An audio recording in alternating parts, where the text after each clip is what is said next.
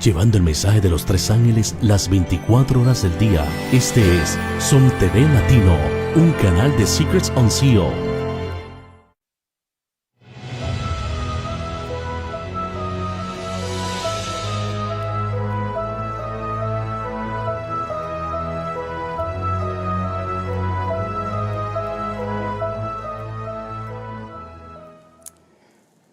Nuevamente bienvenidos a este simposio sobre la última generación y soy contento, en realidad agradecido con el Señor de poder compartir con ustedes en esta ocasión una de las importantes fundamentos de esta enseñanza, de la doctrina sabia que se encuentra en la palabra de Dios y que nos ayuda a entender en realidad cómo podemos construir nuestro conocimiento, nuestra enseñanza en una base sólida y firme que es justamente la palabra del Señor y el Espíritu de Profecía.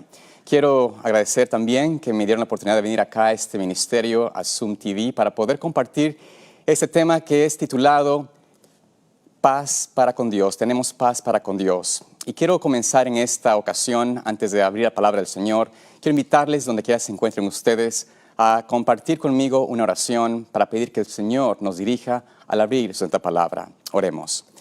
Amante Padre Celestial, oh Señor, en esta ocasión estamos agradecidos contigo porque nos permites recibir tu palabra, escucharla y también por tu gracia ponerla por obra.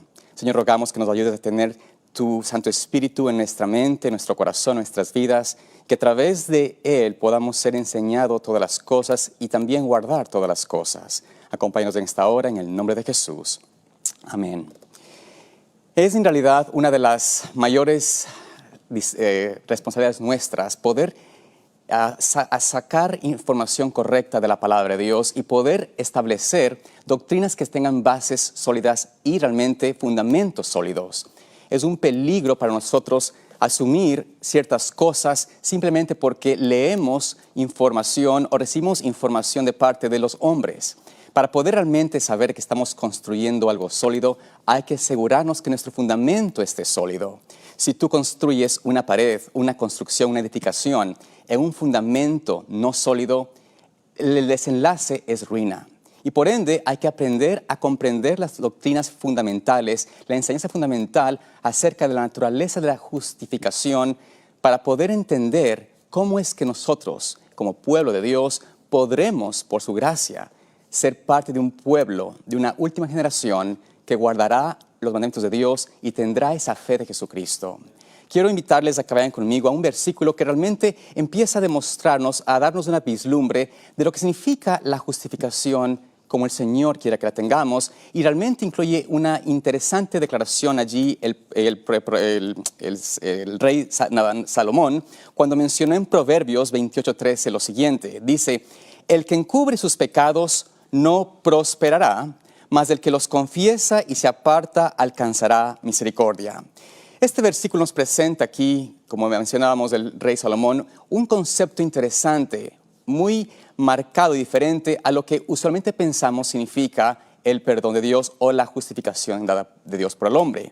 Presenta aquí que el Señor nos dice que el que confiesa y se aparta del pecado alcanza misericordia, pero aquel que encubre sus pecados, no prosperará. Hay una cita de la sierva del Señor que se encuentra en el libro La Fe por el cual vivo, que nos presenta una declaración del estado de muchos de los que profesan conocer a Cristo, vivir con Cristo, de la condición que realmente están. Nos dice allí en la página 94 del libro La Fe por el cual vivo, nos dice, todos los que se unen a la iglesia, pero no están unidos al Señor, manifestarán con el tiempo su verdadero carácter. Por sus frutos los conoceréis. Los preciosos frutos de bondad, templanza, paciencia, piedad, amor y caridad no aparecen en sus vidas. Dios queda deshonrado ante el mundo por los tales. Satanás sabe que estos son sus mejores agentes porque sus corazones y vidas no están transformados y sus obras revelan tan notable contraste con lo que profesan que son una piedra de tropiezo para los incrédulos y un motivo de prueba para los creyentes. ¿Qué cuenta tendrán que rendir en el día del ajuste final los que profesan guardar los mandamientos de Dios mientras sus vidas desmienten su profesión porque no llevan buenos frutos. En esta declaración nos presenta la Sierva del Señor esta característica de aquellos que profesan seguir a Cristo, pero que no han unido sus vidas con Él. No tendrán, no demostrarán en sus vidas, en sus caracteres, la revelación de Cristo. No tendrán paciencia, templanza, no tendrán amor, misericordia, no tendrán bondad, no tendrán piedad. Todo esto es el contraste con los que realmente tienen a Cristo y unidos a Él alcanzan a reflejar ese carácter perfecto. De alguna forma u otra hemos malentendido muchas veces este concepto de la justificación porque pensamos que únicamente es una sola parte, una sola cosa. Y declaramos que entendemos la justificación, pero en nuestras vidas declaramos por nuestros actos, nuestras obras, que no comprendemos lo que significa realmente tener la justicia de Cristo. Vayamos al libro de 1 Timoteo, capítulo 1, versículos 3 al 15. Notemos cómo el apóstol Pablo nos presenta lo que él fue y lo que alcanzó a hacer por la experiencia de conocer a Cristo, por la experiencia de la justicia por la gracia del Señor. Dice allí, habiendo yo sido antes blasfemo y perseguidor e injuriador, mas fui recibido a misericordia porque lo hice por ignorancia en incredulidad. Pero la gracia de nuestro Señor fue más abundante con la fe y el amor que es en Cristo Jesús. Palabra fiel y digna de ser recibida por todos, que Cristo Jesús vino al mundo para salvar a los pecadores, de los cuales yo soy el primero. Notamos aquí cómo el apóstol Pablo presenta en esta experiencia de su vida, haciendo un recuento de cómo fue él, cómo él vivía una vida de incredulidad, una vida de persecución, de injuriador, de blasfemo, de ignorancia, pero en realidad no creía la palabra de Dios. Él conocía, fue criado bajo el mayor de los teólogos del pueblo de Israel. A los pies de Gamaliel él fue educado. Él tenía el conocimiento de la letra, el conocimiento de la ciencia humana, pero no conocía de verdad la palabra de Dios. Y por eso él, dice él, en ignorancia y también en incredulidad, yo era un perseguidor, un blasfemo, un injuriador. Y en el nombre de Dios casi destruye y mata a muchas personas. Y por esta razón él presenta aquí que él era ese hombre, pero por la gracia de Cristo, por el amor de Dios, por su misericordia, él cambió de ser el mayor de los pecadores a alguien que se asemejaba a su maestro. Por eso el apóstol nos dice en Romanos 1:16, una declaración que conocemos mucho, pero en realidad es una experiencia personal de él, propia. Dice, porque no me avergüenzo del Evangelio, del Evangelio de Cristo, porque es el poder de Dios para salvación a todo aquel que cree, al judío primeramente y también al griego. Aquí Pablo declara de que él no se avergüenza del Evangelio de Cristo, porque ese Evangelio de Cristo tiene una connotación importante, tiene un poder para salvación, y ese poder para salvación es justamente algo que nos ayuda, nos capacita a una transformación. Entendamos, como dice Romanos 1:17, el siguiente versículo, porque en Él, en Cristo, en el Evangelio, en el poder de Dios, la justicia de Dios es revelada de fe en fe, como es escrito, mas el justo por la fe vivirá. Es así como notamos, como estamos viendo que en su experiencia el apóstol Pablo presenta de que cuando él recibió de Cristo ese amor, ese regalo, ese obsequio de justicia, también tenía y recibía una dosis del poder regenerador, creativo de Dios para tener una experiencia diferente, dejar una vida de incredulidad, una vida de pecado, una vida de una falsedad de religión a una experiencia viva y diferente. Por eso notamos que cuando menciona en el capítulo 4 de Romanos 6 al 8, presenta aquí él una ilustración de David, de aquel que menciona esto. Dice, como David también, Romanos 4, 6 al 8, como David también describe la bienaventuranza del hombre a quien Dios atribuye justicia sin las obras, diciendo, bienaventurados aquellos cuyas iniquidades son perdonadas y cuyos pecados son cubiertos. Bienaventurado el varón a quien el Señor no imputará pecado. Es así como notamos, como el Señor presenta en su palabra, que el aspecto del hombre, el pecador, el que se da cuenta de su relación, de su necesidad de Dios, cuando vamos al Señor Jesús, cuando vamos al Señor y pedimos que nos perdone, Él nos puede justamente imputar algo que no nos pertenece. Nos da de su justicia, nos declara justos y esa es una bendición hermosa, grandiosa del Señor. Pero no termina allí. Y hay que comprender de que esta experiencia de recibir de Dios esa justicia es lo que se llama como perdón.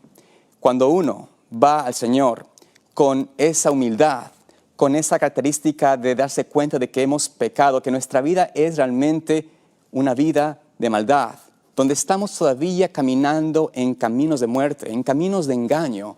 Cuando Él nos invita, nos dice, mira, lo que estás haciendo en tu vida, en tu propia experiencia, en tu casa, lo que tienes en tu mente, lo que tú observas, lo que te está afectando esa comunión de victoria, es porque tienes tu pecado todavía allí, algo que todavía deseas obtener o guardar. Y Satanás te trae a tu mente cosas, ideologías, pensamientos que tal vez te dicen a ti, es mejor, ¿no es cierto?, todavía no entregarte del todo. Es mejor todavía no dejar a un lado ciertas cosas porque hay ganancias que tomar, hay bendiciones o aparentes bendiciones que recibir del pecado, del mundo. No es importante del todo ser tan diferente. Todo esto son maneras que el enemigo actúa y hace para engañarnos a pensar de que estamos en una condición correcta. Pero en realidad, como decía la Escritura y la pluma inspirada, cuando nosotros encubrimos el pecado, cuando encubrimos de cualquier fórmula el pecado en nuestras vidas, ese o esa persona, ¿no es cierto?, no recibirá, no alcanzará la misericordia de Dios, no alcanzará realmente esa experiencia de nueva vida. La pluma inspirada nos presenta esta declaración en el libro Fe y Obras, la página 107, lo que sucede cuando el pecador contrito y penitente va a Dios. Dice allí, cuando el pecador penitente, contrito delante de Dios, comprende el sacrificio de Cristo en su favor y acepta este sacrificio como su única esperanza en esta vida y en la vida futura, sus pecados son perdonados. Noten aquí cómo ella presenta esta declaración donde hace énfasis que cuando el pecador contrito y humillado va a Cristo, ve en Cristo sacrificio, ve en Cristo como la única fuente de salvación y que también es la solución a esta vida, no solamente a la futura, no solamente a la que está en el cielo, no solamente a la vida eterna, sino a esta vida, la solución para mi vida de este pecado que tengo, del pecado que estoy metido, está aquí en Cristo. Cuando entiendo que la esperanza está en Cristo para esta vida y la futura, entonces mis pecados son perdonados. Cuando comprendo y acepto por fe que la justicia de Cristo me perdona, por supuesto, pero me da la facultad de vivir una vida también libre del pecado. Dice allí, el perdón y la justificación son una y la misma cosa. Mediante la fe, el creyente pasa de la posición de un rebelde, un hijo del pecado y de Satanás, a la posición de un leal súbdito de Jesucristo. No en virtud de una bondad inherente, sino porque Cristo lo recibe como hijo suyo por adopción. Aquí nos presenta la pluma inspirada esta conexión, ¿no es cierto? Nos afirma lo que el apóstol Pablo nos estaba diciendo. El perdón de Cristo y la justificación son una misma cosa. Están conectadas, es parte de la justificación, es algo que tenemos que aceptar por la fe. Pero este aspecto de recibir justamente el perdón de Dios también nos capacita para ser llamados hijos suyos. Y esa experiencia de ser llamados hijos, ya no rebeldes, ya no pecadores, ya no hijos de Satanás, sino hijos de Dios, es algo que el apóstol Juan lo declara en 1 de Juan 3:1 como algo maravilloso de contemplar, como algo que deberíamos nosotros analizar y expandir nuestra mente, donde nos dice, mirad cuál amor nos ha dado el Padre que seamos llamados hijos de Dios. Por esto el mundo no nos conoce porque no le conoció a Él. Es decir, somos llamados hijos de Dios cuando recibimos su justicia. Pero esa justicia nos da ese perdón y nos da también el poder para vencer. El poder estar unidos a Cristo, como presentábamos en la cita de la profecía, en la primera cita, donde nos menciona que el que está unido a Cristo va a reflejar su carácter, sus atributos, la paciencia, el amor, la bondad, la fidelidad, la piedad. Esas cosas son las que se van a ver en la vida de aquella persona que realmente recibe ese obsequio de ser hijo de Dios, porque está uniéndose al Padre, uniéndose al Creador, uniéndose a su Hijo. Y por eso somos llamados hijos. Y pensando en esto, meditando en lo hermoso que es ser, ¿no es cierto?, hijos de Dios, podemos pensar y recibir este concepto que nos presenta la Pluma Inspirada también en el libro Fe y Obras, la página 107, donde nos declara lo siguiente: el pecador, dice allí ella, recibe el perdón de sus pecados, porque estos pecados son cargados por su sustituto y garante. El Señor le dice a su Padre Celestial: este es mi Hijo. Suspendo la sentencia de condenación de muerte que pesa sobre él, dándole mi póliza de vida o seguro de vida, vida eterna, en virtud de que yo he tomado su lugar y he sufrido por sus pecados. Ciertamente, él es mi Hijo amado. De esta manera el hombre, perdonado y cubierto con la hermosa vestidura de la justicia de Jesucristo, comparece sin tacha delante de Dios. Es así como podemos tener esa experiencia de justificación. Cuando el Señor me deste a mí, me da no porque tenga mérito propio, sino que porque Él impone su justicia sobre mi vida y delante del Padre no tengo acusación. Ya que Él dice, este aceptó mi vida, yo pongo mi vida en garantía por Él. La póliza de vida eterna está en nombre de este muchacho, de esta persona, de esta señorita, de esta mujer, de este niño, porque Él toma mi justicia en vez de la suya, y por ende, Él es ahora mi hijo, y lo amo porque es mi Hijo amado. Sin embargo, esta experiencia de Cristo no es por ningún mérito propio. Y eso hay que hacer importante hincapié, porque por supuesto hay una ideología, ¿no es cierto?, que existe en muchas personas, tristemente aún del pueblo de Dios, que de alguna forma sugieren o piensan de que la gracia o que el alcanzar esta justificación, este perdón de Cristo, requiere de algo personal en nosotros, de algún tipo de atributo personal, algún tipo de gracia personal. Pero nos presenta nuevamente la Pluma Inspirada, nos declara, como la palabra nos dice, ¿no es cierto?, que la salvación es por gracia. Dice la página 320 del libro Dios nos cuida. La gracia de Cristo ha de justificar gratuitamente al pecador sin mérito ni pretensión de parte de él. La justificación es el perdón total y completo del pecado. En el momento en el que pecador acepta a Cristo por la fe, es perdonado. La justicia de Cristo le es imputada y ya no ha de dudar de la gracia perdonadora de Dios. Es así como notamos que esta experiencia que se recibe gratuitamente, sin pretensión personal, sin pensar de que yo, porque quizás he dejado alguna victoria, he tenido alguna vida más o menos pecaminosa, merezco esto. Eso es puesto a un lado porque todos somos pecadores, todos necesitamos de esa gracia. Y pienso que uno de los problemas fundamentales de nosotros, del pueblo de Dios, actualmente es que no nos damos cuenta de lo que significa realmente el pecado y el mal que el pecado es. No nos damos cuenta de su naturaleza, porque no la vemos en la manera como el Señor la mira. Y por eso pensamos de que ciertas cosas que hacemos no son importantes, no afligen al nombre de Cristo, y por ende no vamos a buscar de Dios ese perdón diariamente, esa experiencia diariamente. Nos dice aquí en el capítulo 3 de Tito, el versículo 5 al 7, nos vamos a vislumbrar por qué el Señor aquí nos presenta esta necesidad del hombre. Dice allí, nos salvó, versículos 5 al 7, nos salvó Jesucristo, no por obras de justicia que nosotros hayamos hecho, sino por su misericordia.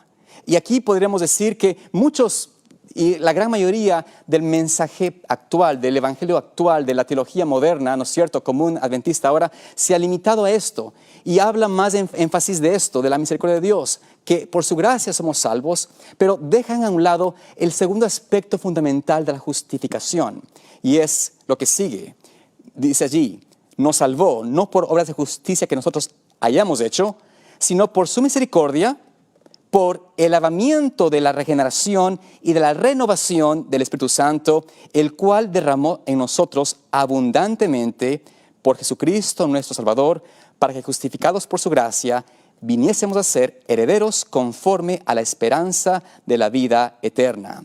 Es así como aquí nos presenta la palabra de Dios, de que esa salvación del Señor, el ser salvos por gracia, también hace en nosotros una regeneración, un lavamiento, una renovación de nuestra vida, de nuestro hombre interior, de nuestra experiencia, de nuestro carácter, de nuestro ser. Esta regeneración, este cambio, esta transformación es también lo que significa justificación.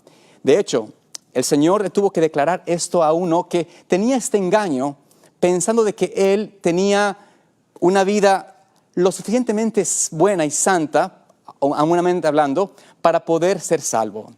En el libro de Juan, capítulo 3, ustedes conocen la historia, aquí vemos un encuentro entre Jesucristo y un doctor de la ley, un fariseo, un príncipe de los judíos. En esta experiencia que Jesús se encuentra con Nicodemo, ustedes conocen a Nicodemo, le dice a Nicodemo, presenta aquí el Señor Jesucristo una declaración a él que para él fue una revelación, algo que no había comprendido. Había conocido la teoría, la letra de la ley, había conocido a los profetas, por supuesto, era un hombre sincero, era un hombre que tenía un deseo sincero de conocer de Dios, pero esa sinceridad no le dio la facultad de realmente tener una vida eterna. No le daba a él ninguna seguridad de salvación. Y de alguna forma, en su búsqueda por la verdad, se da cuenta de que Cristo trae un mensaje que es del cielo. En su afán de conocer aún más si estaba él en la verdad o no, si estaba él tal vez buscando justificarse a sí mismo, tal vez buscando entender mejor, él va a Cristo de noche. El versículo 1 nos dice allí, había un hombre de los fariseos que se llamaba Nicodemo, príncipe de los judíos. Este vino a Jesús de noche y le dijo, Rabí, sabemos que has venido de Dios por maestro, pues nadie puede hacer los milagros que tú haces si no está Dios con él. Respondió Jesús y le dijo, de cierto te digo, el que no naciere otra vez no puede ver el reino de Dios. Aquí Cristo presenta algo que fue para él una verdadera, un conflicto, una verdadera experiencia diferente, difícil para él, porque es algo que no entendía. Decía, Cristo me dice ahora a mí de que si yo no nazco de nuevo, no puedo ver el reino de los cielos. Aquí el Señor Jesús le dice a Nicodemo algo que él le dejó realmente como en shock, como en estado de asombro. ¿Cómo es posible que me digan a mí esto? Yo, judío, príncipe, fariseo, líder, conozco la doctrina, la teología. ¿Yo no puedo ver el reino de Dios a menos que nazca de nuevo? ¿Pero qué está Jesús diciendo aquí con esto? ¿Era acaso, no es cierto, tener que cambiar sus liturgias, sus doctrinas, encontrar una nueva experiencia, una nueva luz? No, el Señor Jesucristo estaba hablando de que la experiencia de Él era de que Él no tenía un nuevo nacimiento. No comprendía lo que significaba la regeneración, la justicia divina en la vida del ser humano. Y por eso nos dice la pluma inspirada en el libro Discurso Maestro de Jesucristo, la página 97, lo siguiente. Dice, el perdón de Dios no es simplemente un acto judicial por el cual Él nos libera de la condenación. Es decir, el perdón de Dios es solamente decirnos, ok, estás perdonado, ya no tienes condenación, ya no tienes que tener miedo a la condenación. No es solo, dice allí ella, no es solo el perdón por el pecado, sino la recuperación del pecado. Es decir, traerte de la condición de pecador a una condición de estar en armonía con el Señor. Dice allí ella, es la salida del amor redentor lo que transforma el corazón. David tuvo la verdadera concepción del perdón, de la justificación, cuando oró, crea en mí un corazón limpio, oh Dios, y renueva un espíritu recto dentro de mí. El perdón de Dios, la verdadera justificación por la fe, es una transformación del alma y del corazón. Dice allí en el libro Palabras de Vida, el Gran Maestro, la página 162, lo siguiente. Cuando el pecador, atraído por el poder de Cristo, se acerca a la cruz levantada y se postra delante de ella, se realiza una nueva creación. Se le da un nuevo corazón. Llega a ser una nueva criatura en Cristo. Esto es realmente lo que significa, ¿no es cierto?, poder recibir el perdón verdadero de Dios. Ser transformado, ser una nueva criatura. Cuando Cristo te dice, te perdono de tus pecados, también te da el poder para regenerar tu vida, para cambiar esos hábitos de muerte, de engaño, de pecado, en hábitos de victoria, de limpieza, de salvación. Dice allí en la página, en el libro Mensajes Selectos, tomo 3, página 217. Ser perdonados en la forma en que Cristo perdona es no solamente ser perdonados, sino ser renovados en el espíritu de nuestra mente. El Señor dice, te daré un corazón nuevo. Es así como entendemos por qué el Señor tuvo que decir a Nicodemo. ¿Por qué es que Cristo tuvo que decirle a él, mira, tú que eres príncipe no entiendes? ¿Por qué se puso a argumentar, tratando de justificarse a sí mismo, ¿no es cierto? Yo, siendo ya mayor, puedo entrar otra vez en el vientre de mi madre y salir de nuevo. Cristo le dice, mira, tú eres líder, tú eres doctor, tú eres aquí un maestro en Israel y no sabes lo que estamos acá hablando, ¿no entiendes este concepto? Le dice en el versículo 5 al 7 de Juan 3, de cierto te digo, que el que no naciere de agua y del Espíritu no puede entrar en el reino de Dios. Lo que es nacido de la carne, carne es, y lo que es nacido del Espíritu, Espíritu es. No te maravilles de que te dije, os es necesario nacer otra vez. Es así como el Señor le indica, le declara a Nicodemo esta certeza, esta realidad de que tenemos que nacer de nuevo. Y este nacimiento nuevo no es una experiencia de una oportunidad, de un momento nada más y ya soy ahora una nueva criatura en Cristo. Es una experiencia que tiene que ser vista a la luz de Cristo, a la luz de la cruz de Cristo, cada día por nosotros. En cada mañana, si tú te pones a pensar que tu primer encuentro es con el Señor Jesús, que tu primer encuentro es con Cristo, con aquel crucificado, que dio su vida en su sustitución por ti, tú vas a dar cuenta de que tus pecados están sobre tu Maestro. Y por ende vas a decir, Señor, yo necesito en mi vida una nueva experiencia. Hoy, dame en este día un renacimiento de mi corazón, de mi alma, de mi mente, de mi intelecto, de mi carácter. Y por eso dice el Cristo, lo que es nacido del agua, es de la carne, carne es, pero lo que es nacido del Espíritu, lo que nace en el corazón del hombre por medio del Cristo, es algo que nos lleva a una experiencia espiritual, pero también se refleja en nuestras obras, en nuestras vidas. Porque no podemos nosotros pensar de que el Señor puede ser cómplice del pecado. No podemos pensar por ningún momento de que el que no quitó de su Hijo la pena de muerte, no podemos pensar de que Él va a pasar por alto a un hombre, una mujer que quiere entrar en el reino de los cielos tomando consigo sus pecados. Es imposible, es incoherente. Va en contra de la misma sustancia del Señor. Dios tuvo que descargar en su Hijo, ¿no es cierto?, la condena del pecado, para que Él pague nuestro precio y por ende, al pagar el precio, nos da también con su gracia el poder para vencer. Por eso, Romanos 5:1, versículo que lo conocemos mucho, pero realmente cuando comprendemos lo que significa la justicia real, la naturaleza de la justificación, que es este aspecto de perdonarnos y capacitarnos para transformación, para una nueva vida, así es como entendemos, porque dice allí el apóstol Pablo, justificados pues por la fe, tenemos paz para con Dios por medio de nuestro Señor Jesucristo. Hay un aspecto de paz entre nosotros y nuestro Creador. Ya no hay separación del pecado, ya no hay separación de nuestro engaño, de nuestra muerte, de nuestra naturaleza pecaminosa con la naturaleza de Cristo, porque estamos en armonía con Él, porque estamos en esa nueva experiencia de nuevo nacimiento. Somos una criatura nueva por Cristo. Y por eso, noten ustedes por qué Jesucristo termina este capítulo 3 del libro de Juan, cuando hablando con Nicodemo, le presenta a él una declaración que, como les digo, muchos conocemos de memoria, pero no comprendemos la dimensión de lo que dice. El versículo 16 hasta el 21 de Juan 3 nos declara esto, Cristo hablando de sí mismo y hablando de lo que haría a través de su muerte. Porque de tal manera amó Dios al mundo que ha dado a su Hijo unigénito para que todo aquel que en Él cree no se pierda, mas tenga vida eterna. Por supuesto, a través de Jesucristo, creyendo en Él, creyendo en su perdón, su justicia, somos salvos. Pero añade o continúa diciendo Cristo, porque no envió Dios a su Hijo al mundo para condenar al mundo, sino para que el mundo sea salvo por Él. El que en Él cree no es condenado, pero el que no cree ya es condenado porque no ha creído en el nombre del unigénito Hijo de Dios.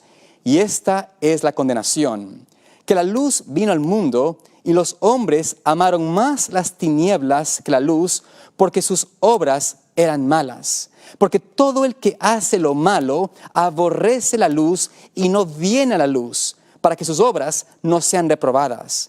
Pero el que obra verdad viene a la luz, para que sea manifiesto que sus obras son hechas en Dios. Cuando comprendemos estas palabras de Cristo, cómo declara lo que significa realmente ese amor de Dios entregar a su Hijo, nos damos cuenta de que Él declara allí que la condenación que viene al mundo no es porque Cristo vino a condenarlo. No, Él vino a salvar al mundo. Pero lo que condena al ser humano, lo que condena a nosotros, a los pecadores, es que amamos más los pecados, amamos más las obras de muerte que la luz y rechazamos al Hijo de Dios. Por eso, en el tiempo del fin, ¿no es cierto? En el fin del juicio de Dios, muchos tendrán este engaño. Dirán al Señor, ¿no es cierto? Señor, yo prediqué en tu nombre. Yo sané, yo inclusive visité a enfermos, hice esto por ti. Pero Cristo les dirá, no os conozco, hacedores de maldad, de iniquidad. Porque sus vidas declaraban que amaban más el pecado. Y este concepto de entregarnos al Señor Jesús y de recibir de Él una nueva vida, no es un concepto que es ajeno, que es algo nuevo, que es algo que no se puede alcanzar. Porque Cristo nos presenta que a través de Él podemos nosotros ser nuevas criaturas. Cuando pensamos en el desarrollo de nuestra doctrina, de nuestro conocimiento, de nuestra ciencia, de nuestra comprensión de esos temas finales, muchas veces hemos tenido falsos conceptos puestos por los hombres. Nos aferramos más a la ideología de un hombre, de una persona, y pensamos que estamos construyendo en una base segura. Hay una ilustración que sucedió aquí, no muy lejos de Los Ángeles, a 40 millas de Los Ángeles, al norte. Hubo una construcción de una represa, se llamaba la represa de San Francisco. Y esto fue en el año de 1928, si no mal recuerdo, donde se construyó una represa para traer agua justamente para todo ese valle y incluyendo la ciudad de Los Ángeles. Esta construcción se usaron los mejores materiales, se hicieron una represa con toda la tecnología posible ese entonces y afirmaban de que estaba en una posición excelente, perfecta, sólida. Esa represa de agua fue llenada y esa represa de agua tuvo grietas, se veían grietas. Trajeron a los expertos, a los constructores, y ellos decían, son normales, esas grietas están normal, es dentro de los parámetros normales de una estructura como estas. Pasaron los meses, empezaron a llenar más el agua, y justo empezó a aparecer otra grieta por allí, más grande, después de ya casi un año de construcción de esta represa, y estaba llenándose casi al punto máximo. Entonces fueron a investigar y descubrieron que la grieta estaba grande, pero dijeron, esa grieta no es anormal, está normal, esa grieta está bien, es aceptable, dentro de los parámetros todavía es aceptable, es natural. Así que no hicieron nada al respecto. Decían que la estructura y la represa estaba sólida. 5 días más tarde, esa represa, justo a medianoche, en realidad 2 minutos antes de la medianoche, reventó de tal forma que toda esa agua cayó y se llevó toda la represa, inundó todo el valle y llegó a basar todo lo que estaba por su paso. Esta es una de las mayores catástrofes de ingeniería civil de este país y presenta una ilustración muy real de lo que ha sucedido o va a suceder muy pronto con muchos hermanos y aún exponentes de la palabra de Dios de nuestra iglesia que han puesto sus bases en un fundamento no sólido, que han puesto y han construido sus teorías, su teología, su doctrina en argumentos humanos que tienen grietas y ellos dicen, no son importantes, es normal. Nadie puede saber la absoluta verdad, no se puede tomar una ideología absoluta, eso sería un extremismo, cosas por el estilo. Y todo esto ha hecho de que entonces muchos estén ahora creyendo que estamos bien. Estamos bien porque no soy un pecador empedernido, no estoy en vicios, no estoy en una vida desenfrenada, pero no hay realmente los atributos del carácter de Cristo. Estoy viviendo una vida donde mi afán es complacerme a mí mismo. Aunque no lo digo, pero esa es la forma de vivir. Y de esta manera no existe verdadero amor ni entrega, ni, por supuesto, estos elementos que se deben ver en la vida de un creyente, de un hijo de Dios. Y por ende, en el día final, como mencionábamos en la Escritura, la palabra inspirada, dice allí, volviendo a la cita que se encuentra en La fe por la cual vivo, dice, Satanás sabe que estos son sus mejores agentes, porque sus corazones y vidas no están transformados y sus obras revelan tan notable contraste con lo que profesan que son una piedra de tropiezo para los incrédulos y un motivo de prueba para los creyentes. ¿Qué cuenta tendrán que rendir en el día del ajuste final los que profesan guardar los mandamientos de Dios, mientras sus vidas desmienten su profesión porque no llevan buenos frutos? Esta es lo que pasará con muchos que hoy en día afirman o sostienen creencias en bases no sólidas, en bases no fuertes, en argumentos no correctos. Esta es la experiencia que sucederá con muchos, lamentablemente, que deciden aceptar una doctrina no bíblica y pretenden entender de que la justificación es solamente el aspecto de la declaración, la justicia imputada, como mencionamos. Simplemente eso, y ya. Que jamás podré realmente tener una victoria absoluta sobre mis deficiencias, mis malgenios, mis caracteres equivocados. Jamás tendré una oportunidad de realmente dejar de tener apego y amor al pecado. Eso es imposible de cambiar, sostienen ellos.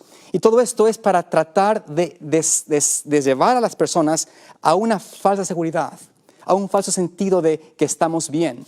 Cuando en realidad Cristo nos dice, si tú te comparas conmigo mismo, como Nicodemo, si tú te das cuenta que tú necesitas nacer de nuevo, allí estará realmente tu solución, tu salida. Darte cuenta de tu condición. Por eso la naturaleza de la justificación es este aspecto que nos lleva a tener este conocimiento de la verdad a través de Jesucristo. Entender de que Cristo nos vino a salvar y de redimir los pecados. Como menciona aquí, volviendo al libro de Juan 3:17. Porque no envió Dios a su Hijo al mundo para condenar al mundo. Eso es realmente una bendición. Él no nos envió para condenar, sino para salvar.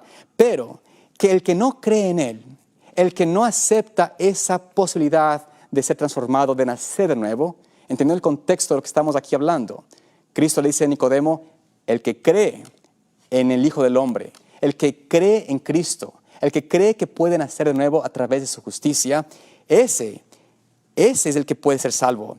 Pero el que no cree que puede ser transformado, el que no cree que puede cambiar, el que no cree que puede ser limpiado del pecado y de la experiencia del pecado en su vida, ese ya es condenado.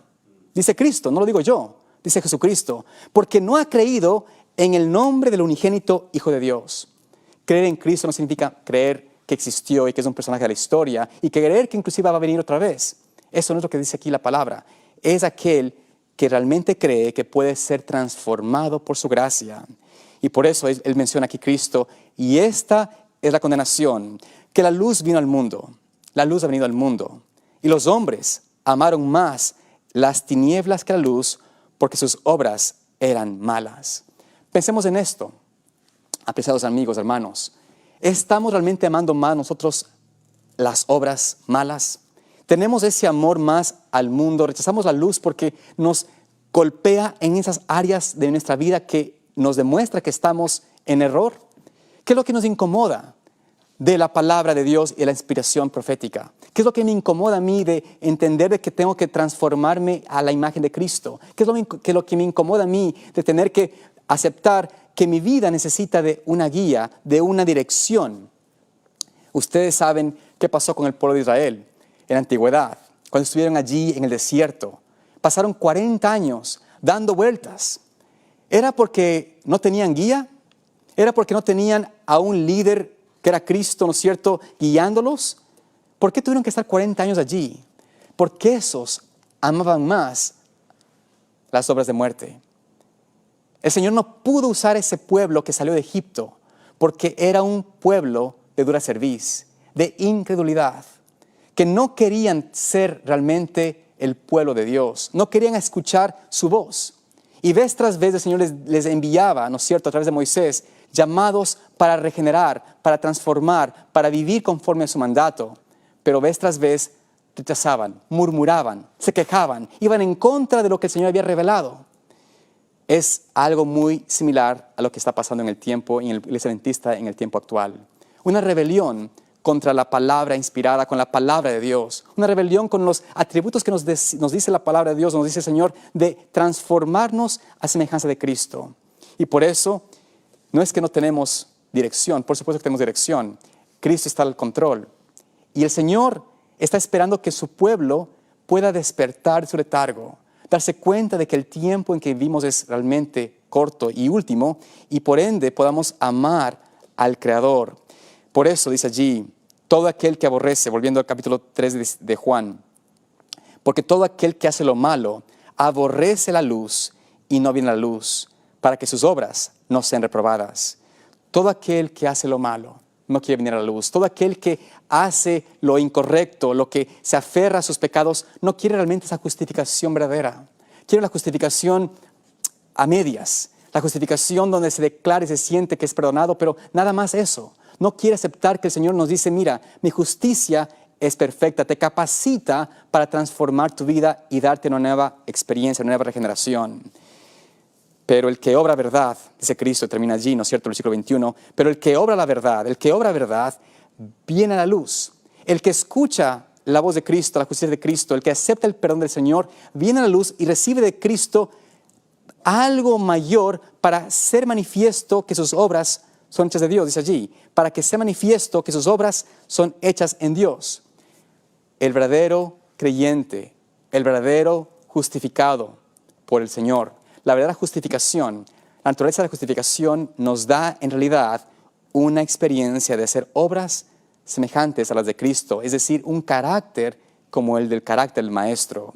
Por eso, dice allí el apóstol Pablo en 2 Corintios 5:17, de modo que si alguno está en Cristo, nueva criatura es. Si alguno está en Cristo, nueva criatura es. ¿Puedes tú pensar en este concepto por un momento? Si estoy yo en Cristo, soy una nueva criatura. Si he aceptado su justicia, su justificación, si he sido aceptado por el Señor Jesús, su perdón, y recibo su justicia, el Señor me está diciendo a mí de que yo soy en Cristo una nueva criatura. Y si estoy en Cristo, si nueva criatura soy, las cosas antiguas o viejas pasaron, he aquí todas son hechas nuevas. ¿Podemos comprender esto, amados hermanos, como una experiencia real, una imitación de Cristo a una nueva experiencia existencial? El Señor nos invita a tener esto en nuestra mente, a contemplar que por la gracia de Cristo podemos realmente vivir una vida de libertad, de la carga y la pena del pecado y también de la obra de pecado. Tener esto como nuestra base nos va a ayudar a poder comprender, por supuesto, más adelante otros aspectos de lo que significa esta última generación. Pero si nosotros no aceptamos esta base fundamental, el evangelio tan simple como es la justificación por la fe, sino que aceptamos esto ahora como algo real para Dios, para nosotros, por parte de Dios, es imposible pensar de que podremos realmente vivir una vida libre del pecado en el tiempo final. Por eso tenemos esos conflictos y sentimos que es más fácil pensar que el Señor nos va a salvar en el pecado que salvarnos del pecado. Y así es como entonces caemos en esta experiencia, en esta condición. ¿Qué pasó con todos esos hombres que viendo las grietas en esa represa, que viendo que esa represa estaba por colapsar, no se dieron cuenta, pensaban que estaban bien? Que viendo esas grietas no creyeron, que viendo que no estaban realmente en una seguridad, pensaron de que estaban seguros. Así también sucederá con muchos del pueblo profesor de Dios, que no aceptan la palabra de Cristo, que no aceptan la verdad que se encuentra en la palabra del Señor. Volviendo a este concepto que se encuentra en Tito, capítulo 3, versículo 5. Notemos cómo aquí, volviendo el apóstol Pablo, nos afirma, nos dice, nos salvó, no por obras de justicia que nosotros hayamos hecho, sino por su misericordia, por el lavamiento de la regeneración y de la renovación del Espíritu Santo, el cual derramó en nosotros abundantemente por Jesucristo nuestro Salvador, para que justificados por su gracia, viniésemos a ser herederos conforme a la esperanza de la vida eterna. Esta herencia que Cristo aquí nos presenta, nos promete, vamos a recibir, es la herencia justamente de una criatura nueva, de estar en una atmósfera, de una naturaleza divina. Como el apóstol Pedro nos menciona, que somos participantes de la naturaleza divina. Podemos, por la gracia de Cristo, ser nueva criatura. ¿Creemos eso, amados hermanos? ¿Tenemos esa seguridad en nuestras vidas? ¿O somos aquellos que dudamos de su palabra? Tenemos ese concepto de que nosotros no tenemos una salida a nuestra condición, de que de alguna forma voy a estar siendo esa persona incapaz de vencer mi egoísmo, mi orgullo, mi suficiencia propia, mi mal genio. Estamos aferrándonos todavía a la idea de que como mi padre era un hombre, digámoslo así, de un mal genio, ¿no? De ira, un hombre iracundo, o mi madre, mi abuelo, era una persona de un temperamento agresivo, fuerte, duro. También debo ser así, no puedo cambiar eso. El pensamiento así, el pensamiento de una persona que es incapaz de creer que puede ser transformado por Dios, es lo que hace que el sacrificio de Cristo sea en vano. Y por eso hemos visto en nuestras vidas muchos fracasos. Escuchaba hace un par de días atrás nada más la historia de un pastor compartiendo acerca de un joven que conoció, que le dijo directamente a este pastor de que él estaba cansado de ser adventista, porque en realidad el ser adventista significaba una lista grande de prohibiciones y que no quería estar más en una vida donde era prohibición y prohibición y prohibición. Y por ende, él decía, si a la final de cuentas, ¿no es cierto? Contaba la historia este pastor. A la final de cuentas, el joven decía, cuando venga y si me toca morir, el Señor me va a quemar y va a ser instantáneo. Me voy a quemar tan rápido que lo que voy a sufrir es muy poco. Prefiero gozarme ahora en este mundo, con las cosas de este mundo, y sufrir un castigo pequeño. Bueno, por supuesto, este muchacho no comprendía lo que significa el cristianismo, ni tampoco lo que va a ser el castigo, porque créanme que no es conforme a una experiencia así de una muerte tan sutil, tan rápida. Pero bueno, eso no es el punto ahora. Sin embargo, el asunto es de que este joven, ¿no es cierto?, esta declaración de este joven a este pastor, por supuesto, trae una preocupación, y trajo la preocupación al pastor, y trae una preocupación a cada uno que escucha un mensaje similar. ¿Cuántos jóvenes conocemos nosotros que se criaron en el Evangelio, pero ahora mismo están fuera de la palabra de Dios, están fuera de los caminos del Señor? ¿Cuántos hermanos de iglesia compartimos junto con ellos, ahora están nuevamente en el mundo y entregados a la maldad? ¿Cuántos prefieren no ser realmente el pueblo de Dios? Esta experiencia es lo que está pasando porque no hemos presentado el verdadero Evangelio. No hemos presentado la realidad de que en Cristo hay victoria y que la liberación del pecado es una experiencia de gozo, de alegría. Pensamos y mostramos cuando presentamos el Evangelio de una manera tan, a veces, negativa, o lo que significa dejar del mundo, que por supuesto a la mente carnal le parece algo desastroso. Y los que prefieren en la apariencia tener una apariencia de santidad, simplemente dicen, bueno, mientras que deje las cosas grandes, los grandes pecados, ya estoy bien. Todos son engaños satánicos para que nuestra justicia propia se ponga en vez de Cristo. Al fin de cuentas, eso es lo que Satanás quiere hacer. Que el ser humano, a la final, pueda decir, Señor, yo acepté tu perdón, pero mi justicia es la que guarda, la que queda. ¿Eso es posible? ¿Será que Cristo va a aceptar a alguien con ese pensamiento, con esa división, con esa dicotomía en su mente? Acepto tu perdón, Señor, acepto que me perdones del pecado, pero no puedo cambiar. Igual me amas, sálvame y llévame al cielo porque me deleito en el pecado. Eso sería mantener el pecado para siempre. Por eso Dios nos da en esta generación, especialmente a la última generación, este llamado de entender que la transformación es completa.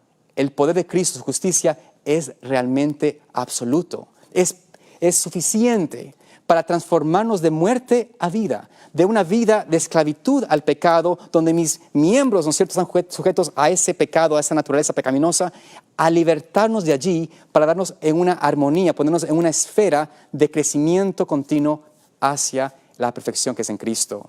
Y por eso, tener la justicia de Cristo, aceptar su verdadero perdón, aceptar esa justicia imputada, va a transformarme a mí para tener una justicia impartida de parte del Señor, que es crecer conforme a su gracia.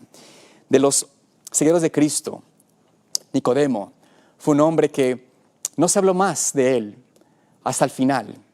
Nicodemo no aparece realmente en los evangelios, sino hasta el final en el libro de Juan mismo, cuando Cristo murió.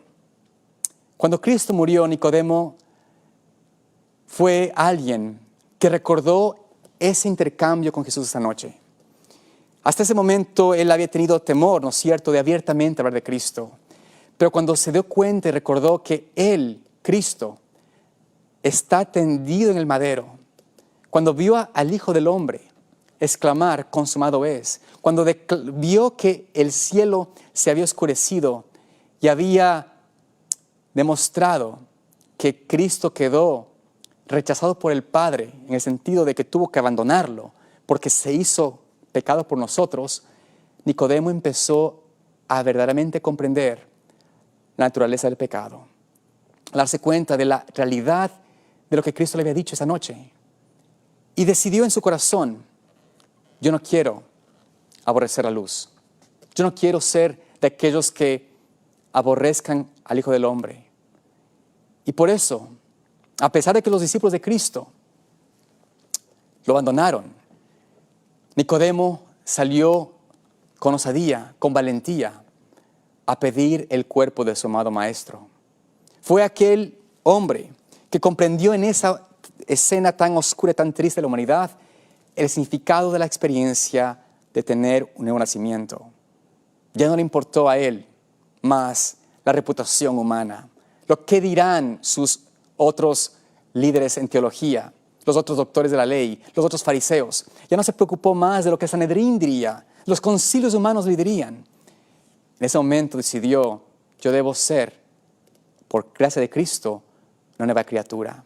Y salió en defensa de Cristo, salió a pedir el cuerpo de Jesucristo, y fue él, dice la palabra inspirada, de que él con lágrimas en sus ojos bajó el cuerpo de Jesús. Y fue él que lo atendió junto con José de Arimatea y con Juan. Lo pusieron a Cristo en el sepulcro. Pero Nicodemo fue un hombre que también vio a Cristo en su gloria. Vio a Cristo resucitado. Vio a Cristo también como aquel que había vencido el pecado. Y por eso ese hombre pudo tener la alegría de entregar todo a los pies del Señor. Nicodemo, que era un hombre muy rico, un hombre extremadamente rico, pudo dejarlo todo para la causa de Cristo.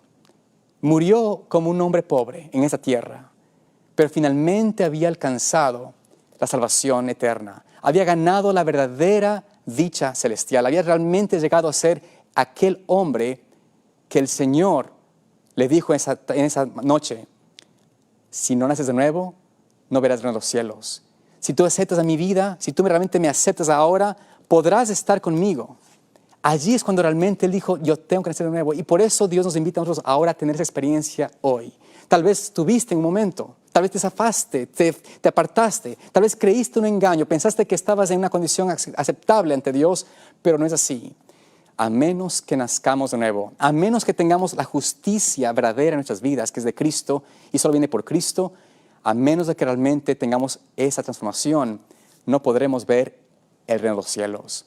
Yo espero, mi querido amigo, mi querida amiga que nos miras, hermano o hermana que nos ves a través de esta red, que tú puedas entregarte completamente al Señor, que realmente puedas darte de corazón a Él y ver a la luz del Calvario que su sacrificio es suficientemente abarcante para darte a ti la victoria, para darte a ti la fuerza, el poder para vencer, para que no te avergüences del Evangelio, para que puedas decir, como dijo Pablo, porque es poder de Dios para salvación, para todo aquel que cree, para el que es judío, para aquel que es griego, para todo aquel que acepta a Cristo, es poder para vencer y obedecer. Que Dios te permita, por su gracia, aceptar su justicia en tu vida hoy y que Dios te permita mantenerte fiel a su venida.